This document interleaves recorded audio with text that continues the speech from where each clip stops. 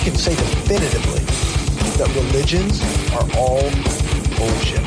Welcome to Brainstorm. We have the explicit tag for a reason. This is a base level argument to a higher level morality. I get paid to science? To science as much as one can science. What the hell was my point? Trigger warning. The Brainstorm podcast will criticize your most cherished beliefs. We attack nonsense in all its forms and discuss difficult subjects. If you peddle pseudoscience, supernatural woo, or religious dogma, then this is not your safe place.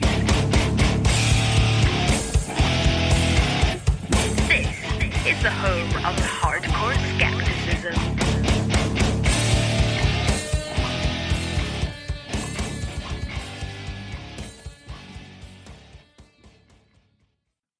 To those listening live or to our patrons, welcome back. For those listening weekly, welcome to the Shift to Reason Radio, the Brainstorm production that tries to educate and inform.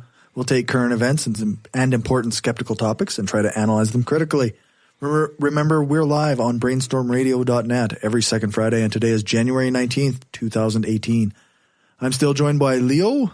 Hey there. Lisa. I am here. And Rene. Hello. With the always amazing Dave doing sound. Yeah. Yeah. All right. So, I guess we're going to go into some religious stuff. So, yeah, let's play that bumper. Cornerstone, this might be new to some of you. Scripture says that even our righteous deeds are as filthy rags to God. So even the good things that you do, even things like feeding the hungry and clothing the poor and taking in widows and orphans, as nice as those things are, if not done from the place of obedience to and a relationship with God, are completely worthless and disgusting to God. If you're not daily walking in a place of relationship to God, then the news that we have to bring you is that you're on your way to hell right now. All right. Everybody's favorite bumper. Everybody's favorite bumper. It gets everyone worked up. So the story I'm covering this week is in the Atlantic. It's called The Underground Railroad to Save Atheists. So I actually had a different story this week originally assigned to me. It was Goop recommending coffee enemas, which are apparently a bad idea. That was just the article I read. So there you go. You have that. So I think the way that came from was Gwyneth Paltrow has been told to shove it up her ass enough times, but she misunderstood. Yeah, I don't even. It's anyways. So don't do that. But meanwhile, this is a more serious. Slightly more important issue. Well, okay, so I love this article for a few reasons. Now, we often choose articles for this podcast that are on maybe atheist websites that come from maybe a less mainstream source. But this is an article in The Atlantic this week, which is a huge magazine. It's not particularly atheistic as far as I know. I mean, I think it's somewhat left-leaning, but I know that the editor-in-chief is a relatively conservative person, David Frum. So, I mean, it's not necessarily something that they do. So they thought it was important enough to publish it. So I thought that was a pretty big deal in and of itself. So I thought that was really interesting, and it gives really interesting and good publicity to this issue. So it's talking about talking about the CFI, the Center for Inquiry, who has just I don't know if they've just started up a program, but they have a program to try to help atheists who are in danger because of their beliefs, basically. Okay. So they as these stories often do, they profile a specific atheist from Iraq named Lubna Yassin. She's a student, and she basically received death threats for being outspoken in her views on atheism and being an atheist. She describes being raised by an atheist mother in Iraq, which is interesting. Wow. And being harassed by, for example, Al-Qaeda to wear hijab when she was driving around and that sort of thing. So actually, she had death threats. So this organization, I'm just looking for it here. I can't find the stupid thing. Anyways, the organization launched. It's called Secular Rescue, launched by the Center for Inquiry in 2016. And they basically helped get her out of the country and get her to safety. So, so she's now living in California. She's safe-ish there. So safe-ish. Well, do they? How many people can they help? Well, I think they said they've helped on the order of about 30 people. Okay. So they raised, so it's not a huge number of people. And I think atheists in several countries are at really high risk. Yeah, for sure. So that's not even a tip of an iceberg sort of thing in terms of this problem worldwide. However, it's something. And I think it's very interesting that this story gets picked up by a major news organization and talked about in this way. I think it's just super important. So I think that's actually more important than anything. The article points out that there are actually 12 nations in which apostasy, meaning it basically means if you're one religion and you change your mind. So if you become an atheist, or if you become, actually, if you're, I think if you're a Muslim and you become a Christian, that's also apostasy. If you changing your mind, basically, from your beliefs is called apostasy, and it's typically spoken about in Islam, but I presume it could happen in any religion. But apostasy can be punished by death in Afghanistan, Iran, Malaysia, the Maldives, Mauritania, Nigeria, Qatar, Saudi Arabia, Somalia, Sudan, the UAE, and Yemen. And Pakistan threatens the death penalty for blasphemy, which may include expressions of atheism. It also points out that, for example, Yasin was rescued out of Iraq, which doesn't technically supports your right to freedom of conscience in the Constitution.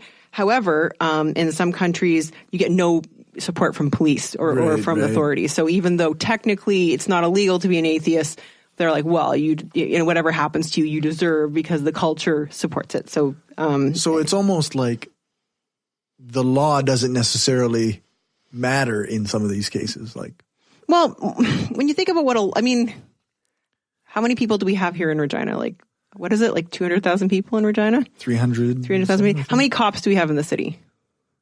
I'm not even sure. What, a few hundred? I don't know. Something like that, right? Maybe. Less than 1,000, yeah, right? Probably. Is the reason that us, 200,000, 300,000 people, is the reason we don't kill each other because there's cops like physically stopping us from doing it, right? Is it all just because there's laws, or is it because we have a culture in place that says, okay, it's not okay to kill people? Yeah. So I think when you have, as a culture, you have to decide what's okay and what's not okay.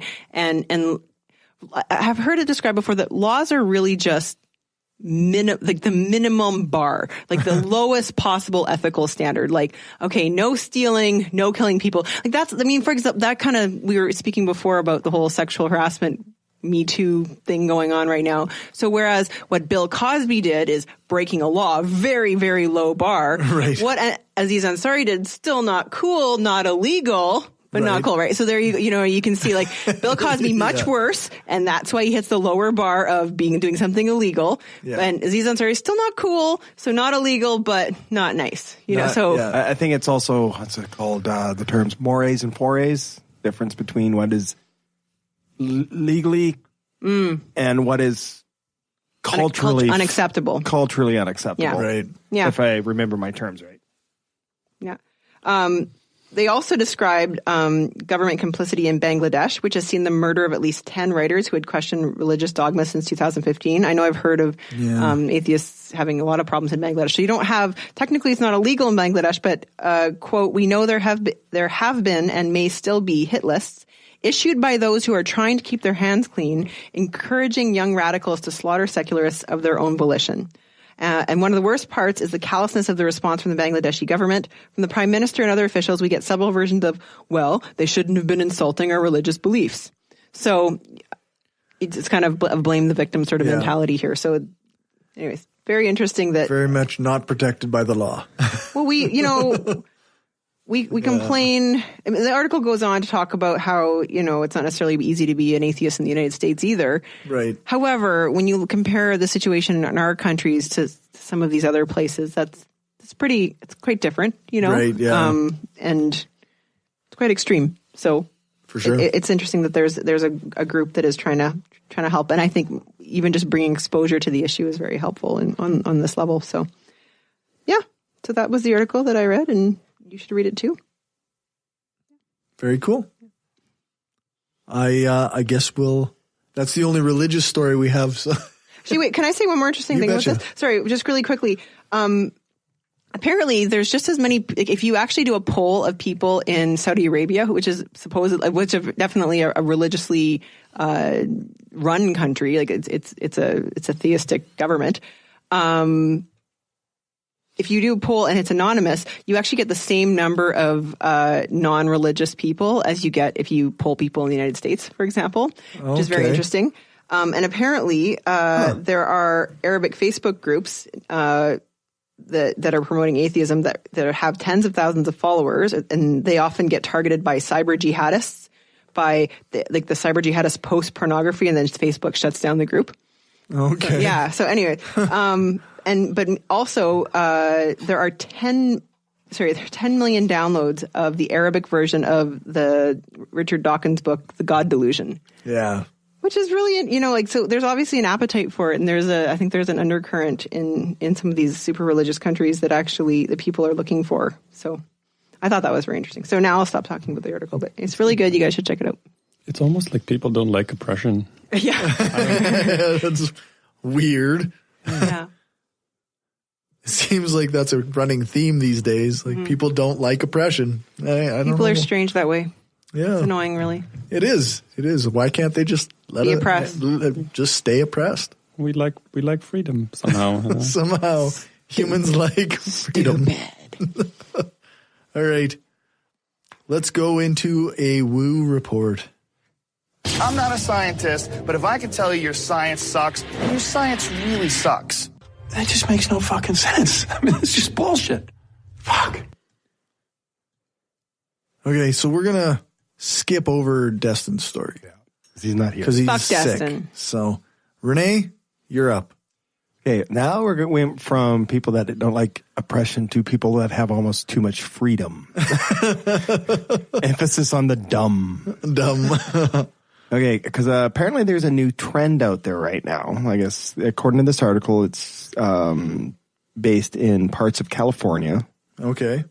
And I guess there was originally a New York Times article that kind of started reporting on this. And it's called raw water. So, because there's I figured you'd love this one. So there's this thing. Sounds like cholera. You might as well just say cholera. Sorry. Yeah. It's organic. Give me a moment. I have a joke. I have a joke about that. Sorry. But basically, that they drink unfiltered, untreated, just straight from natural sources water. Of course. And of course charge like out the wazoo for it. Like it says here, for a 2.5 gallon bottle of raw water, it sells for $36.99. And they also said that in some places they were selling it for $60.99. For how much? For like a 2.5 gallon bottle. Wow. Yeah. That lasts for apparently just one lunar cycle before it goes green. But you also drink more than that between one lunar cycle. Yeah. 2.5 gallons is at best a couple of days. Yeah. Yeah. Yeah. It's not very, like, how much money? $60? Yeah. Oh, yeah. So these guys are going to be making hand over fist. Like, this is stupid. But, yeah. So anyway, so they claim like, it's the normal woo thing that, oh, if it's natural, it can't be bad for you. And the earth just, filters it and adds minerals and blah, blah, blah, blah, blah, blah, blah, blah, bullshit. And why? Because they're scared of fluoride being mind control. Oh my God. And, all that kind of shit. And then, and like, there's something in here about, one of the guys, this Mukunde Singh, which of course he changed his fucking name to that. His real name is Christopher, I think. White dude. Very white dude. They say in the article, this walking human man bun. But, it hasn't been filtered, treated, or sterilized in any way. He says that when the first time he take a drink, if you dare to watch the video, he talks about how that first drink of fresh water had a better mouthfeel, and it was somehow more hydrating. That's not supposed to be a thing. Yeah. Meanwhile, the reality is, if you drink untreated water, you're going to get diarrhea, untold different waterborne viruses. That's right. But the thing is, if you get cholera or a dysentery, they're just going to market it as the all organic weight loss program. Yes. dengue fever your way to slimmer To a slimmer, yeah, exactly. I have had dengue and it is not fun. No. How did you get it from well water? Admit it. Mosquitoes. I associate it with poor sanitation, but I guess it is more of a mosquito-borne thing. Sorry.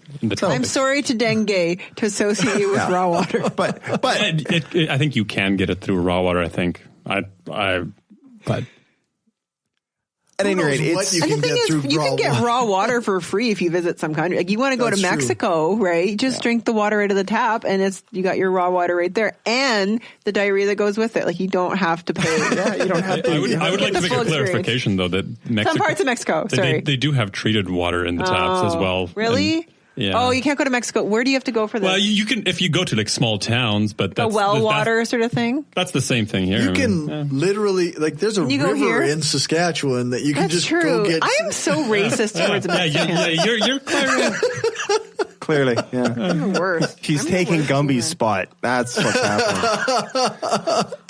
Fuck me. But so in other words, like, fucking hate Gumby the most. This is just a stupid idea. This continuing goofy idea of if it's natural, it's got to be good for you. Other than the fact that for centuries we've had people dying of cholera and dysentery and a whole list of other waterborne illnesses, and yet, but some fucking hippie in California is going to make a mint off of stupid people drinking untreated water. Random bacteria is somehow good for you. Hey, do you know what else is natural? Death. Hurricanes. That's true. Rape. Bears. Asteroids hitting the earth. All fucking part of nature. I'm just saying. But I've also heard that hurricanes are quite hydrating, so that I felt like that was one of the. Not in Mexico. No, sorry, I said to take it. But the thing is, you can't market any of those things for $60 a bottle. You might be able to somehow market bear visits, or like tours to the eye of the hurricane or something. It's nice when you get there, but it's a bitch to travel. Yeah, that's right.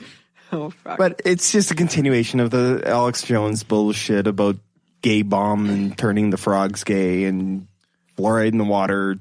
All this. What's the problem with gay frogs? I don't know. There's gay penguins. That's natural. Yeah. What do you want?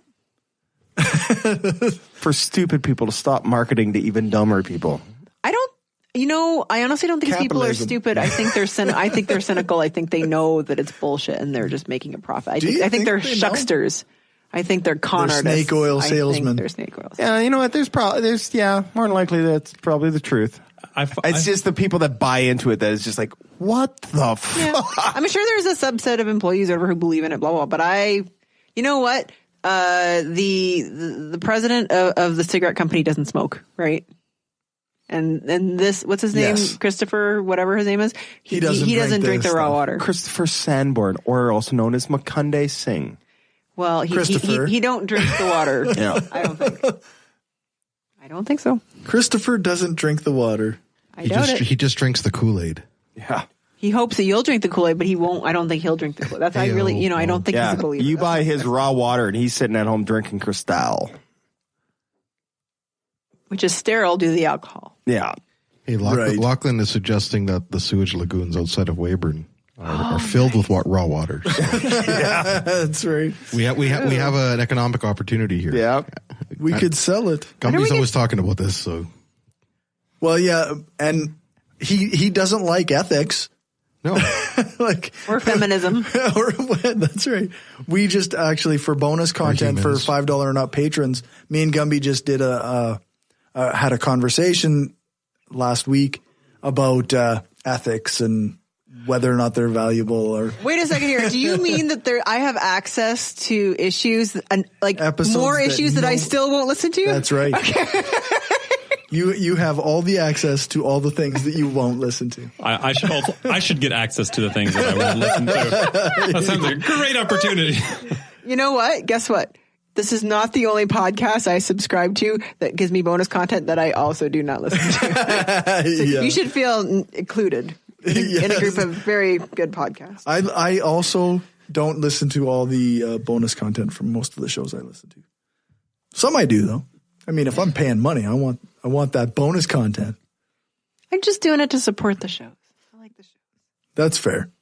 That's a fair way to do it. But I don't need things given back. I'm not cynical, I don't need the promise of heaven in order to believe, right? I just believe. Right, you do good for good sake. For good sake. That's right. That's right.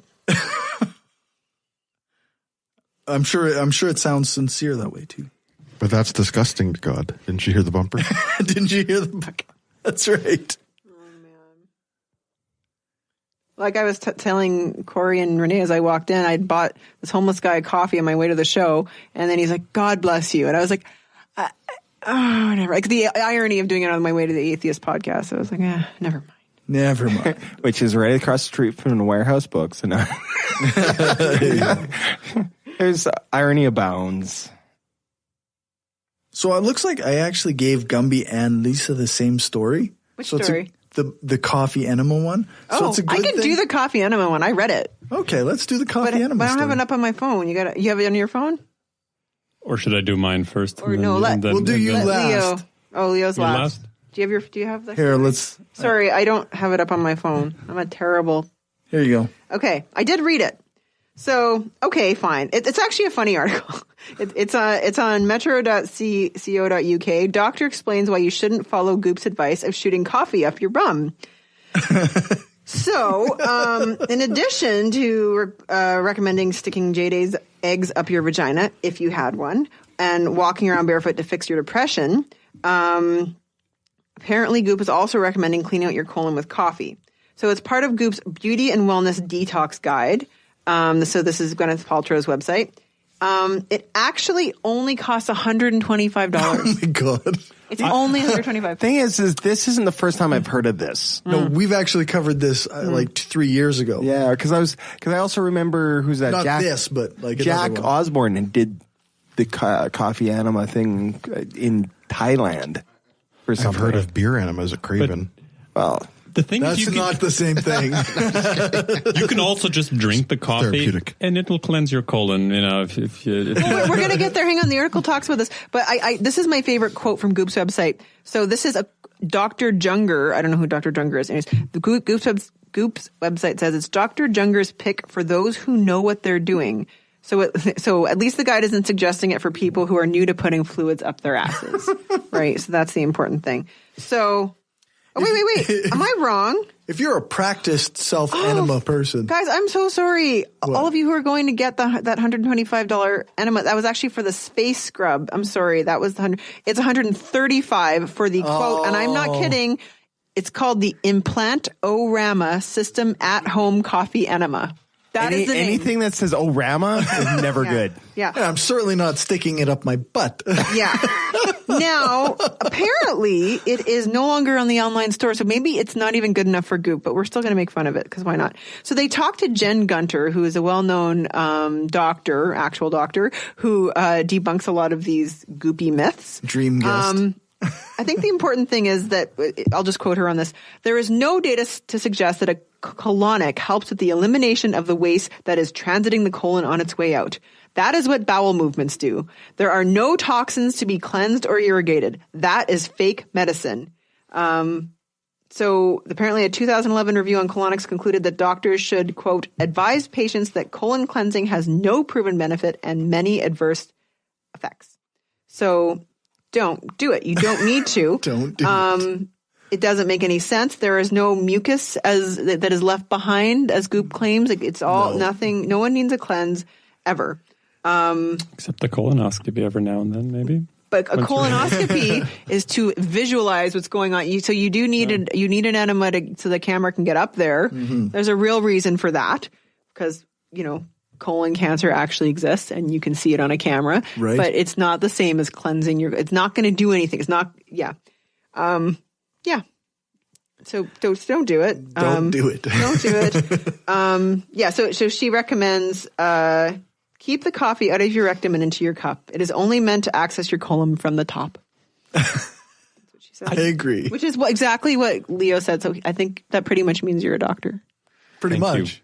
From now on, you shall call me doctor. I will call you doctor. It makes you overqualified to work for Goop. Yep. Yeah. I was just thinking that I would be more than fine if we did not have to cover Gwyneth Paltrow at all in the rest of 2018. That'd be great. You know, it's Good luck with that. It's just funny though. Like, I mean, we don't have to cover it, but it's so absurd. I was making a joke. It'd be great if she just didn't come up with any more new shit. I have another one of my dream guests is, I think his name is Tim Caulfield. Wrote the book Gwyneth Paltrow is Wrong About Everything. Yeah.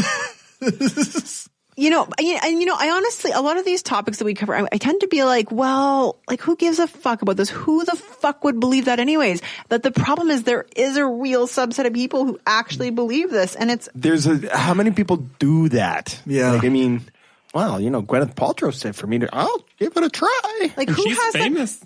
Who has $135? Like, I mean, I want $135 leaving around to spend on this, because I would spend on something much better. Like, I'd invested in Bitcoin. I'd buy shoes. Or not. And then lose it all the next day. Have a yarn. Yeah. That's right. Just saying, people, if you have that kind of money, just send it to me.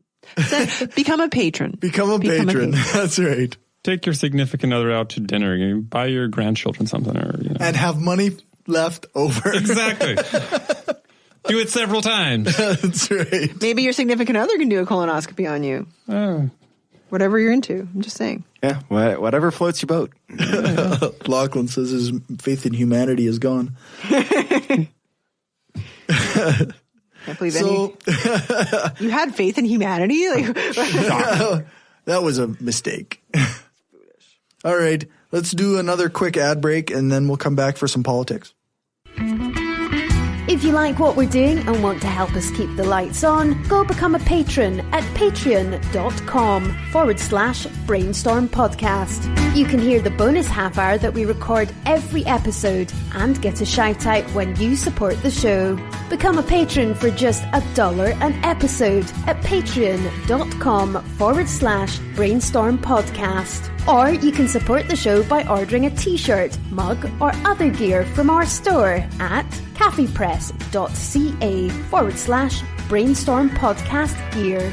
If you can't afford to become a patron or buy gear, then why not give us a rating or write a review on iTunes or Stitcher? Every rating makes it easier for people to find us. Thanks for your support. The Hardcore Skeptic Examines is a bi-monthly documentary-style podcast that includes interviews, research, and commentary from your host, Cory Johnston. That's me. As the host of the Brainstorm podcast, I've spent the last 3+ years trying to spread critical thinking and skepticism while having fun. This project is intended to look at some of those same topics covered by Brainstorm, but a bit deeper. With the long intervals between episodes and the long format, I'm hoping to provide good information that educates as well as entertains. Check out my Patreon for more details at www.patreon.com/hardcoreskeptic or follow my Twitter at hardcoreskeptic. The Atheists, the Bible, and No Wardrobe, the podcast. Wait a minute. No wardrobe? You mean we're going to be naked while we do this? Well, seeing how I'm an atheist and I'm reading the Bible, and since clothes are flammable... Fire! Fire! Fire! I thought it might be a good idea to take them all off first. Naked or not, follow along as we read, analyze, and try to keep you from falling asleep as we go through this boring-ass book. Find us on iTunes, Stitcher, and Spreaker. Who knows? We may even be on YouTube someday.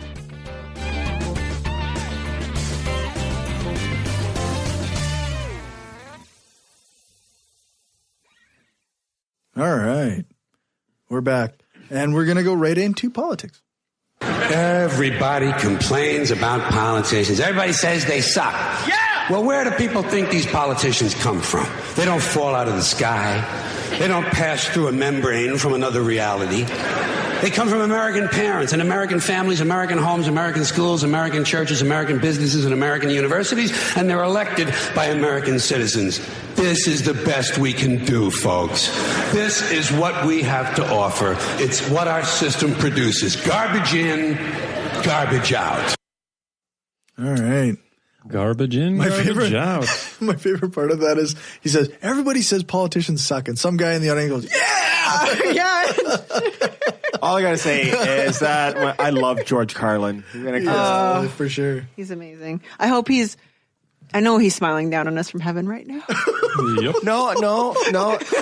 If you've listened to enough Carlin, What he is he's a frisbee on someone's house.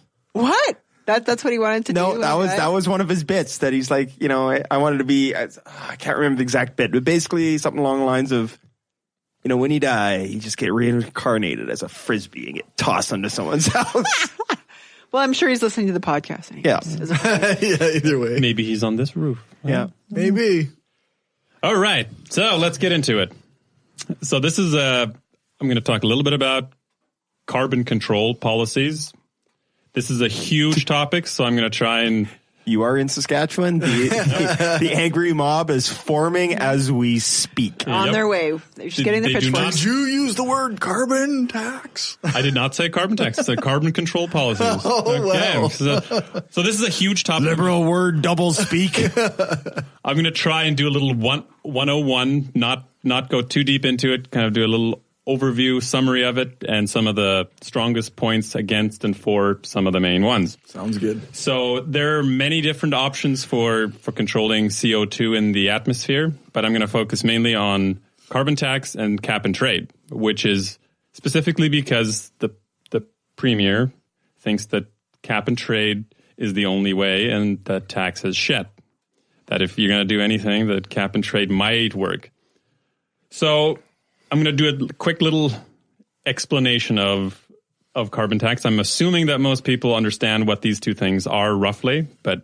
So carbon tax is not a direct tax on CO2 in the air. It's rather a tax on the source of the CO2. Right. So it's mainly fossil fuels like coal, oil, and gas.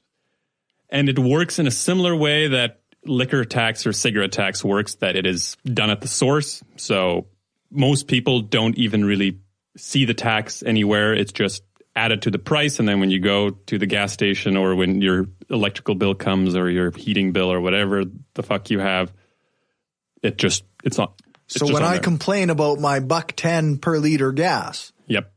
So it would just be added to that. And it's calculated based on how much a liter of gasoline, how much CO2 it produces, but it's done at the source, which will be important later when I go in. It's not done at the pump. Wait, yeah. Well, I just have a very basic question. Maybe you're going to answer this later, but is the point of this to disincentivize it, to make it more expensive, or is it to take the money and use it to do something better? I will go into some. Okay, sorry. I think a lot of the questions will be answered once I go through it. Sounds good. So that's roughly how carbon tax works. So there's a whole lot of other things that I could say about it, but we'll just leave it at that. So cap and trade works with a regulator, which tends to be a government, determines a cap of CO2 that they want. So they set for whatever reasons, they set a cap. This much CO2 can be put into the atmosphere, and then pollution permits are issued and are then distributed to polluting firms or businesses.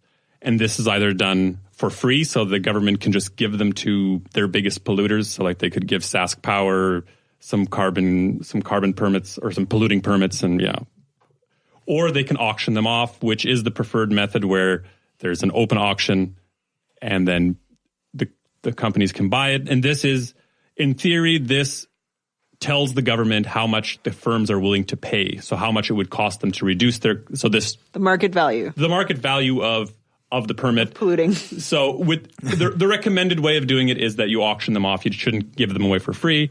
And then the government also gets money from auctioning them off. Right. There's no disincentive if you give them for free, right? Well, it can work both ways. They're still limited, I think. They're still limited. But the reason why you would auction them off is you want to know how much Sask Power is actually willing to pay for how much. If you just give them for free, they would say, "Oh, just give us all of them." That's right. So then if they actually have to pay, then they'll say, "Oh no, we just want this many. We don't need more." Because we don't want to pay you all this extra money. So that's the main reason for it. Is this actually something that's done anywhere? Oh yeah. Okay. It's only a couple of places that have it, but it's super popular among right wing. Yeah, it's mostly popular as a talking point. So people always promote how great it is, but there are very few places that have an actual functioning one. And so the last thing is, if they're auctioned off, after the initial issuing of the permits. So once they're auctioned off, from then on, the price of those is determined by the market. So businesses can then buy and sell it from each other. If one company doesn't use all their permits, then they can sell it to somebody who needs more. And and the price is set by whoever buys and sells them. So the government steps out, and then it's left up to the devices of the market. Okay, so that's a brief little summary of the two. Okay. And now there's a list of criteria which is used to determine if a policy, and this goes beyond just environmental policy. This is kind of a 5 criteria that a lot of policies have to go through to make sure that they're good. Okay. So the first one is efficiency and cost effectiveness. So are we getting our bang for our buck? Are we achieving reduction for the price that it's costing whoever is paying for it? That's number one. Number 2 is fairness. Are the right people paying for whatever we're doing? Okay. Number 3 is enforceability. The cost and ability to enforce said policy. Number 4, does it incentivize innovation? So will this promote companies to improve their practices and actually make things better? And then the 4th one is morality, which is a very subjective clause that is also, it needs to be considered, and it's the non-empirical one that can't really be measured, but you still consider the moral and ethical implications of whatever you're doing. Okay. So those are the 5. So a brief comparison.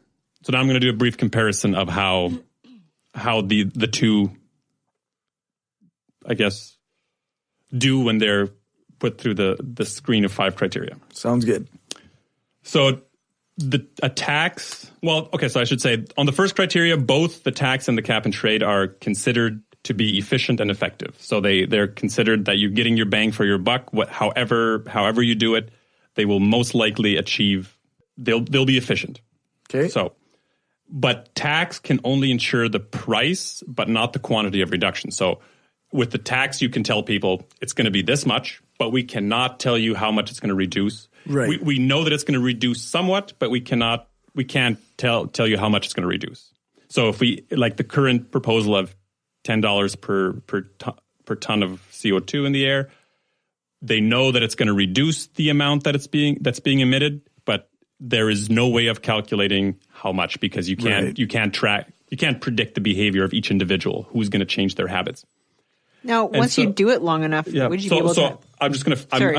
I can guess what you're going to ask next. So the way tax works is basically you start with a low tax and then you incrementally raise it and then track the changes in CO2 emission and until you reach your cap, your target, your hope goal, your hoped for goal. So that's how you just slowly raise it. You want to start a little bit below what you think it might be, just like a rough guess, and then start going up. Cap and trade ensures the quantity of reductions, hence the cap, since there's only a limited amount of permits, but it can never ensure the price because the market determines the price after the initial auction. This is especially risky, and this is one of the very big pitfalls of cap and trade.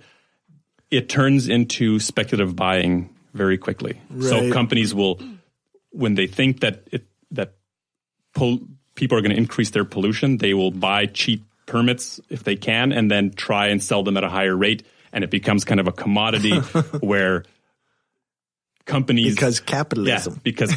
So that's one of the huge pitfalls of letting the market determine the price, because then it becomes a similar issue as cheating or the tax evasion, like where you find all these loopholes of how you can make money off of, So that's the first criteria. Second criteria, on the fairness side, tax is inherently not fair so the wrong people are paying for the reduction of carbon. So if you consider a low income household pays a way higher percentage of their income towards that, because a poor man's car uses the same amount of gasoline as a rich man's car. So like more of your income goes towards the energy you consume, right. and most of that energy, like electricity and gasoline and all that, is taxed. So the way this is, there's already a way to get around this, and BC is a pretty good example. they do. I forgot the word. Let's see if I have it written down. Oh, shite. Yes, tax rebates. That's the word I was looking for. So there's a system in which just automatically when you file your taxes, there's a thing if you're below a certain income level, then so it just gets kind of tacked onto that, and then you get a check for your tax rebate. Okay. So that's one way of getting around the fairness issue. And just to apply that to Saskatchewan, I know there's a lot of people who are really concerned that farmers will be unfairly hit by a tax. So a rebate system could alleviate some of that stress on farmers. There's also another proposal. I don't know if this is done anywhere, but so farmers, if you grow living things that suck carbon out of the air, there's also carbon credits. Right. so that you still pay all the tax, but at the end of the day, you kind of get credits for it, and then it cancels each other out, and you never pay anything. That's kind of a. I don't think it. As far as I know, it's not being applied anywhere specifically. But it's an idea. But it could work. So pretty much to make the tax fair, you have to have some kind of rebate system where you give it back to the people who shouldn't be paying for it. Right. So, and on a corporate level, it is generally, I would say, almost always assumed to be fair. Right. Because we have no such thing as low-income companies. We call them bankrupt. So companies are not people. So for companies, it's always considered fair. Right. So the cap and trade is also assumed to be fair, but only as fair as the corporate market. So which doesn't say much. It's the corporate market is not all that fair, but it's pretty much on, since they determine the price and they control most of how those permits get traded, so that it's considered as fair as the market, roughly. Okay. Yeah. That's some of these things just like, hey, sure. As fair as the market. Yeah. That's how that works. So not completely, but it is what it is. Yeah. Okay. On the third, the enforceability. Actually, I should do a question. Which one do you think is easier to enforce? Well, carbon tax seems really easy. Yes, you are correct. Carbon tax is very, very easy to enforce because it's done at the source. Like I said, it's going to be important later. Since it's done at the source, it is very simple. Most people never. You don't get your gasoline if you don't pay for it. Yeah, so that's right. So and most people, you don't have to put it in your taxes anywhere. It's just like it's included. There you go. Whereas now SAS Power is allowed to emit X number of tons of carbon, and they actually emitted X plus 5 tons. How do you prove it? How do you? So there's a shitload of, and this is where conservatives should be on board with the tax, because if a cap and trade system would be implemented, there would be thousands and thousands and thousands of regulators would need to be hired, because you can't trust companies entirely just to report, yes, we didn't emit any more than the credit than the permits that we had. So that's one of the downsides, that enforceability for cap and trade is very, very hard, and in a lot of cases, very dubious enforcement at best. So like it very heavily just relies on self-reporting of companies, because that'll happen. Yeah, you can't actually go into every single firm and like, oh, let me check this. It would cost so much that at the end it wouldn't be worth it. Unrealistic. And so when it comes to the fourth one, wait, is that why somebody like what's his face? Who's the premier? Not anymore. Whatever. Is that why conservatives would be for it? Because they know it can't really be regular. You know what I mean? Like they're probably just, partly. Like it's like their friends can still they can't push ever the be boundaries. seen as being for a tax. Well, the thing is, the main reason why the right is leaning for, if at all, for any environmental policy, it is because of the market component of cap and trade. They don't believe government should meddle that much, so they like the idea that that's bureaucracy. It's like so much bureaucracy. So And that's why they think that, oh, yes, if the companies are in charge of buying and selling and controlling the price of whatever, so the government can just step back, but they can't because they actually need to regulate it. Yeah. So, yeah, the companies can take care of the pricing of it amongst themselves, but they're very unlikely to police themselves. So in the end, the whole view that cap and trade is so much better for the right wing. Now, either way, you have to get government involved. Whatever you do, the government has to be the ultimate authority on it. So, but I'm going to save my value judgments for the more moral part. Right. So on the fourth one, the incentive for innovation, there's pretty decent evidence and theoretical frameworks that show that yes, it does. Because either way, if you have to pay for something, if that payment exceeds the cost of reducing your pollution, like if you can implement better machinery, better carbon capture technology, or better whatever, and both of them leave the government out of the development side. So if you apply a tax, anytime if Sask Power is required to pay a tax, well, Sask Power is not a good example because it's the crown, but let's say if any company is required to pay a certain amount of tax, any reduction in their CO2 emission is direct saving on tax, so as long as the cost of the tax is higher than the cost of mitigating your CO2 emission, it's going to incentivize innovation. And the same with the cap and trade. The idea is that companies will trade back and forth and the price will go up and up and up until it reaches that point where it's high enough that companies will start when the permits become too expensive.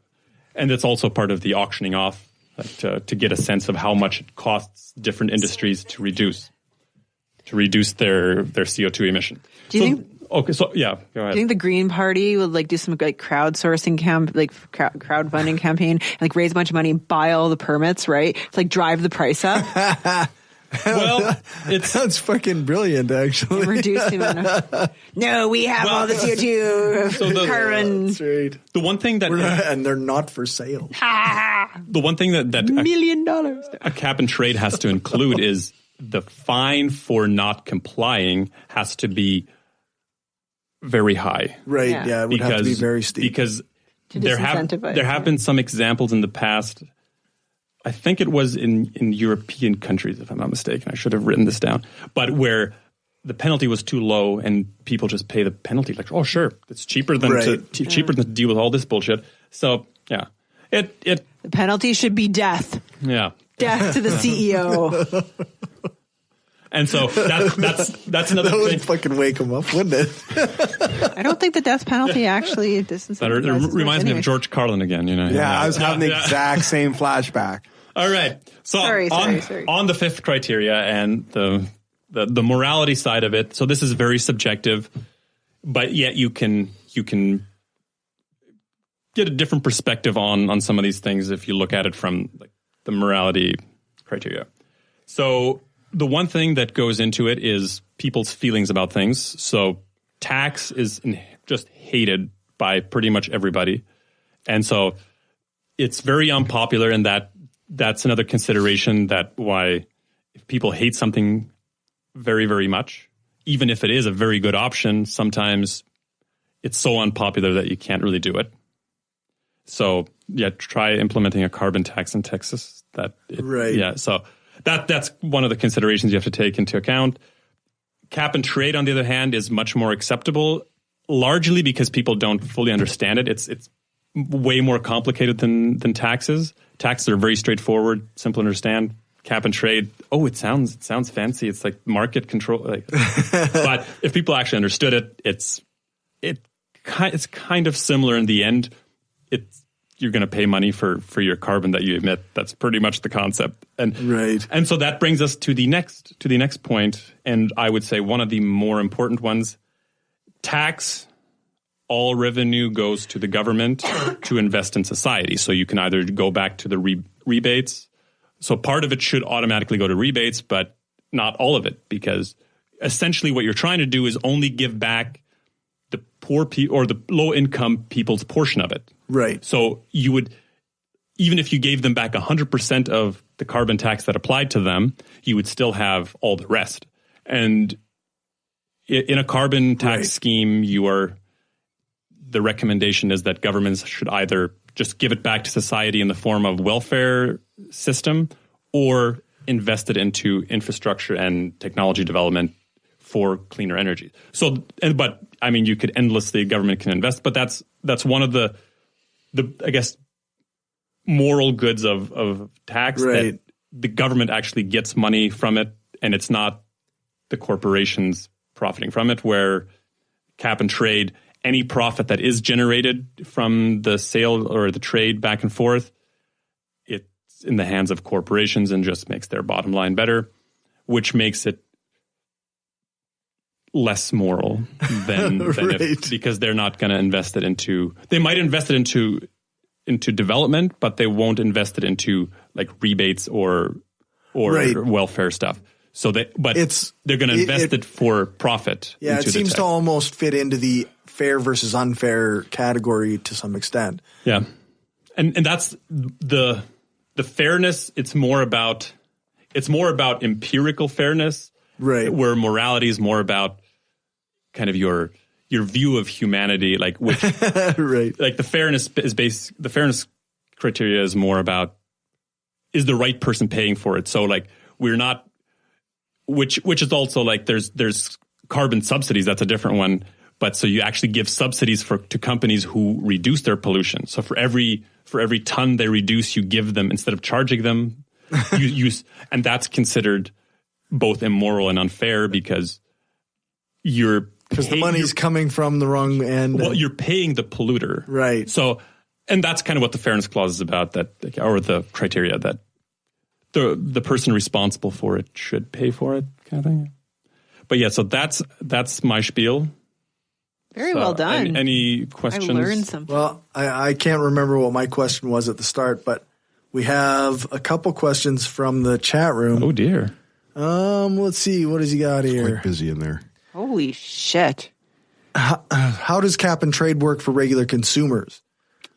So the way, in theory, and so since cap and trade is not that widely used, there's a couple of examples. There was one that Montreal had, or Quebec and California, they had like a weird international one. That one was like even weirder because it was across borders. But the way it's supposed to work is the typical market thing, like if it gets passed on to the consumers. So like, let's say if the minimum wage raises, like the capitalist theory of the market is that in the end, the consumer will pay that wage increase.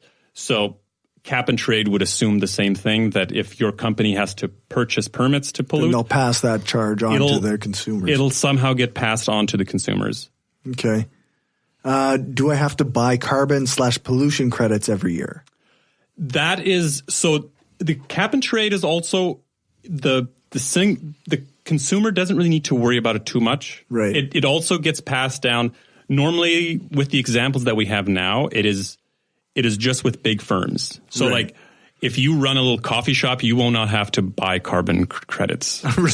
So companies of the scale of Potash Corp, Sask Power, Sask they Energy. Have to worry about it. So what we consider big companies, so that's like it's not clearly defined, but yeah, think of it as individuals don't worry about it. Big companies do. Okay. Oh, another thing I should say before you ask the next question, cap and trade is only functional if you have a large number of big corporations. Because if you only have 3 and they start, and they like in Saskatchewan, it wouldn't work very well if it was just Saskatchewan, because we only have, well, I've just mentioned all the 3 that we have. Right. That would probably apply. That's it. And you might be able to include some of the slightly smaller ones. What about Roman Empire Studios? I think they should be first on the list. Pretty big carbon footprint over here. But yeah, so there's also not a number of what a large number means, but you should have dozens at least participating. Otherwise, the market will not function very well. Okay, so Aaron said the province, he lives in BC, the province is taxing what people want to reduce, aka carbon pollution, and using the revenue to reduce taxes on things British Columbians want to encourage, which is employment, investments, and economic growth. Every dollar generated by the carbon tax is returned to British Columbians through reductions in other taxes. Yeah. So they have that part of it, and then they have the rebates are essentially tax credits, but you can specifically choose who you give them back to, like you said. If you want to help low income, or if you want to promote the arts, if you want to put it to education. I mean, once the government has it, they can then decide how to do it, and that's where also kind of the moral criteria comes in. How should they spend it? They should not give the big corporation tax breaks with that money, because that would kind of defeat the purpose. But yeah, so there's whatever they want to spend it on. I think that's about it for the actual questions in the chat room. Anybody else? That was the most chatter I've ever heard. Well, there's actually quite a few comments back and forth between Aaron and Lachlan, but it's not stuff that we necessarily have to address. So is it in the air? I just have one question. Is the mob outside or no? Yeah, there's pitchforks. I'm sure there pitchforks? are. Okay. But we're down in the basement. Can you hear the banjos? Don't tell them where we are. But yeah, so that any other comments or questions before we end? Yeah. That was very informative. I learned a lot. Excellent. Thank you. Excellent segment. All right, listener feedback. There was none. That's an easy one. We are going to do an AMA type episode. So shoot your questions to mail@brainstormblog.net or message the page on Facebook or comment in the Facebook group. The Facebook group is actually quite active lately, thanks to Lachlan and a couple other members who like to post stuff and comment. So that's good. Patreon. No new patrons. But thank you to our $5 and up patrons, Lachlan, Daryl, Aaron, Lisa, Rob, and Positively Skeptical. We got no new iTunes reviews, but we did get a 5-star on Facebook. Yay. From Chris Reed. Says, hardest working podcast in all of Canada. Always a damn fine product. The panel is fun. Cory is a hell of an interviewer, and they always have entertaining guests. Worth every penny on Patreon. Wow. So that's good. That was nice. Every penny. Every penny. That's Wrong. right. Wrong. That last penny was useless. Just kidding. Plug your stuff. Anybody got stuff to plug? No. I got nada. I got stuff. Go ahead, You Dave. always have stuff. I got stuff. No, if you're in Regina next week, starting January 26th at the Rainbow, you can go see the movie Talent. If you would like to hear my music, my comedy scoring, it's comedy scoring, and see some local actors in a film. It looked entertaining. It's kind of corny in a good way. Like I enjoy it. But yeah, again, January 26th at the Rainbow in Regina. I'll be there for a week, and if it does well enough, it'll be there longer. So nice. There you go. I am working on our other shows as fast as I can. My work week was crazy, so nothing has gotten done. Yeah. Hardest working my ass. Yeah, that's right. As usual, we have the GoFundMe for our attempt to get a second conference going. You can help out by going to gofundme.com/shift2reasonconference 2018 with dashes in between all the words. Can we seriously get a GoFundMe started for buying all the carbon credits? That would be great. All the cap and trade. I'm not sure if you understand how much that would be. That would be. We could raise a few million, tens of million. Well, so just okay. I don't want to derail it, but if you have dozens and dozens of big firms, and if you imagine how much they pollute, like let's say if you have hypothetically 50 at minimum, and all the carbon that they produce, right, at roughly like $30 a ton or some crap like that. That's roughly the estimate where it should be. So we could get like 10 tons. Yeah.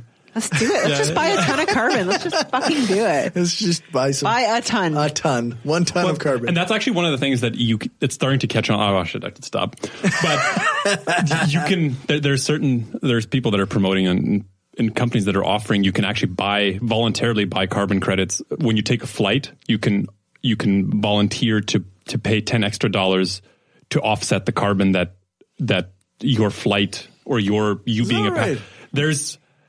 I should have written this shit down, but there's a couple of airlines that started doing that. I can't remember which ones. I don't know if they still do it, but it was a thing. It's interesting. Yeah. And there's a couple of other industries that were also like toying with it. If we owned a ton of carbon, we could be like, no, we don't want to pay the extra $10, but you can have part of our ton of carbon. Rip off a piece of this permit. Here you go. You can have 1/100th of our ton of carbon. I love it. All right. Let's do our book excerpt, poem, or quote, or whatever. Okay. So this is from the book Fantasyland, How America Went Haywire, a 500-Year History by Kurt Anderson. It's a nonfiction book. That's what I'm reading lately. It's basically searching to understand like the American current propensity for believing whatever the fuck you want, fake news, the Trump phenomenon, and everything. I think he started writing it before Trump, but it's all related to that. So, and he does it by looking into the history of America, how it was formed. And so it's very interesting. I'm not done reading it yet, but this is from the introduction. So here we go. Okay. We have passed through the looking glass and down the rabbit hole. America has mutated into Fantasyland. How widespread is this promiscuous devotion to the untrue? How many Americans now inhabit alternate realities?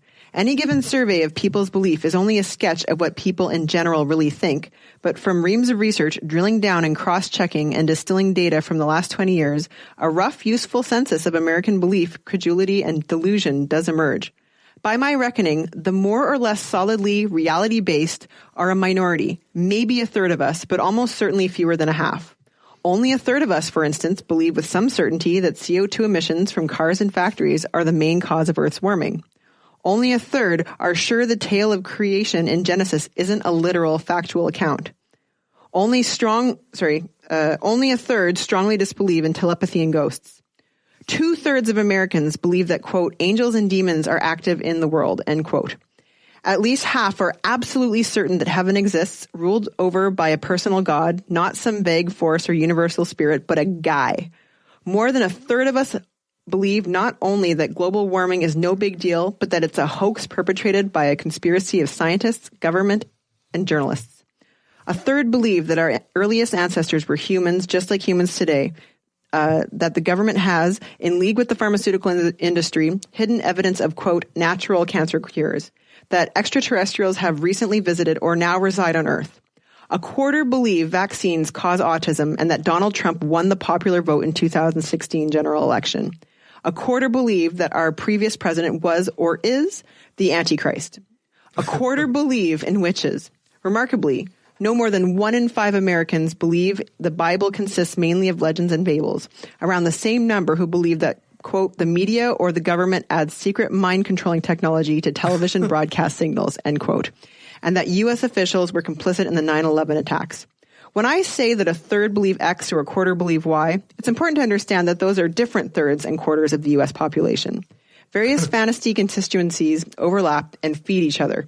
For instance, belief in extraterrestrial visitation and abduction can lead to belief in vast government cover-ups, which can lead to beliefs in still more wide-ranging plots and cabals, which can jibe with a belief in an impending Armageddon involving Jesus.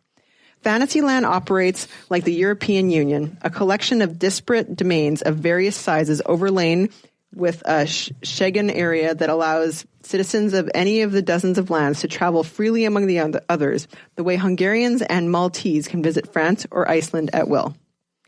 And like intra-European antipathies, there's words here. The mutual contempt among Fantasyland regions can be as intense as their contempt for the reality-based. To many evangelicals, Pentecostals are heretics, and to evangelicals and Pentecostals, Mormons are heretics. Pat Robertson has called Scientology satanic. The Vatican considers Oprah's apostles misguided fools. Different kinds of truthers regard each other as deluded. A lot of the people certain that GMOs are unsafe to eat, despite overwhelming scientific consensus to the contrary, deride deniers of climate change.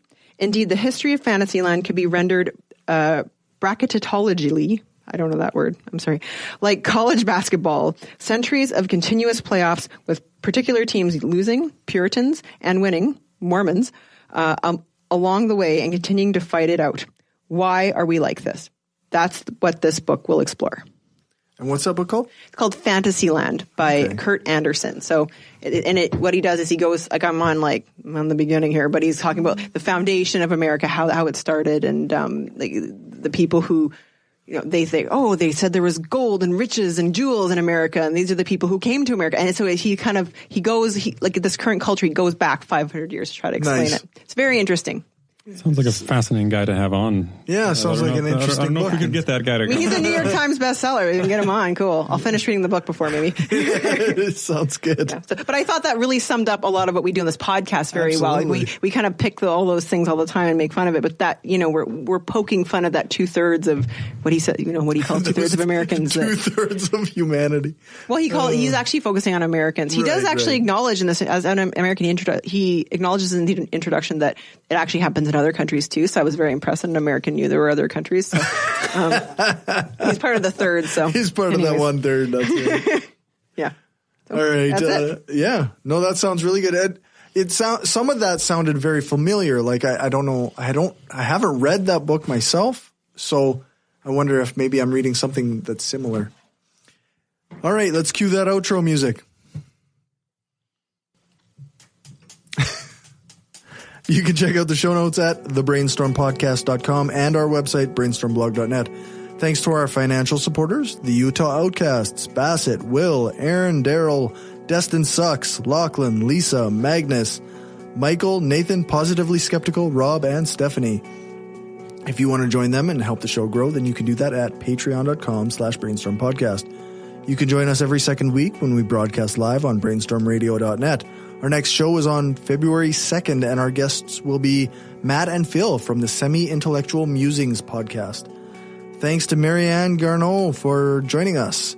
Thanks to Dave for our intro music. Thanks to Alex Capper-Murdoch for doing the voiceover for the intro and some of our ads. And thanks to Jason Camo for our outro music. You can find his stuff at aloststateofmind.com. All music played is either with permission or under the SOCAN license to play. For more information on SOCAN, you can check out the music license info page on our website, brainstormblog.net. Remember to give us a rating, a thumbs up, or a fave on your podcatcher of choice. Join our Facebook group, like our page, follow us on Twitter, share the show, and spread the word. For live listeners, stick around for the after show. Maybe somebody will be here. We'll see. You can go to brainstormafterhours.com and listen to the bonus content before it goes patron only. Thanks for listening, and remember, the truth matters.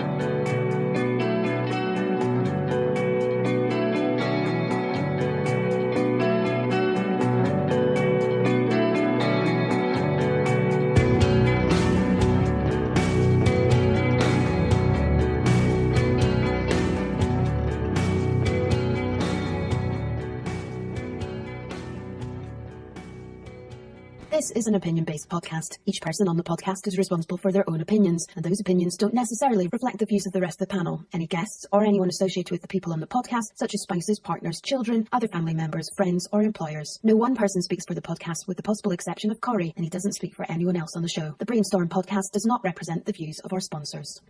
We just wanted to say thanks to everyone who listens to us, shares the show, gives us a rating on iTunes or Stitcher, or supports us through Patreon and Gumroad. We don't have a lot of interactions with our listeners, but what we have had proves that we attract some of the best people around.